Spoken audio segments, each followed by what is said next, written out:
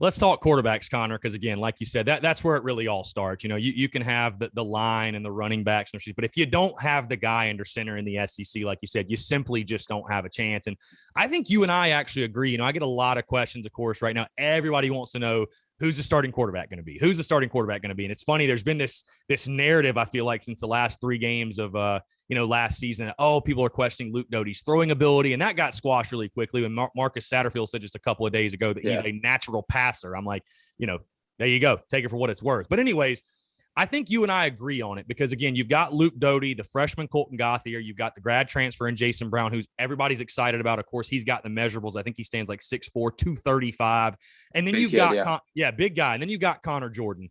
When people ask me gun to head who I have to pick, who's going to be the starting quarterback, I tend to think it's going to be Luke Doty. Again, he's the guy with SEC experience, and I tell people a lot about Jason Brown. I think it's going to be a nice battle. I think it's going to go throughout spring, summer, and even in the fall, but St. Francis isn't the SEC, and that's not meant to be a slight at the kid at all, but this is just a different level, and I'm still really high on Luke Doty, his athleticism, what he brings to the table. And again, I think you and I agree that really for this South Carolina football team, if they're going to meet or even exceed expectations in 2021, whatever those expectations may be, it's going to start at the quarterback position and a guy like Luke Doty progressing and maturing in Marcus Satterfield's offense. In the same way that I don't think it's fair to judge Shane Beamer and his recruiting class ranking with the early signing period in that first class, I also kind of feel the same way about Luke Doty with what he had to deal with those last 3 games there, where you have a team that's totally in flux. And that is not an easy thing to step into in his spot. And as a true freshman, the throwing, it wasn't efficient. I mean, 5.7 yards per attempt. And you can complete some of those high percentage throws with him and he can move out of the pocket. I kind of thought that South Carolina fans were higher on him than I was. And I was kind of amazed at how much praise they were heaping onto him at the end of the season. And then I tried to put myself in their position. I'm thinking to myself, well, Ryan Helinski, you look back at, the mobility wasn't necessarily there at the level that Doty was.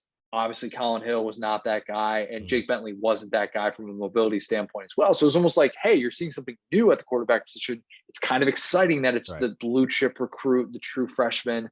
So that makes it a little bit different for me. I'd like to be able to see him kind of get a chance in this offense. Now, I think he could have a short leash at quarterback because if you're not able to throw in this league, you just don't have a chance unless you are a super phenomenal, unbelievable athlete in the way of like a 2019 John Rice Plumlee was, where everybody knew John Rice Plumlee was throwing the ball at the foot of the receiver. But if you can move like that and make those guys miss at this level, then you're valued and you're obviously a commodity. You can build an offense around that. So can Luke Doty establish that?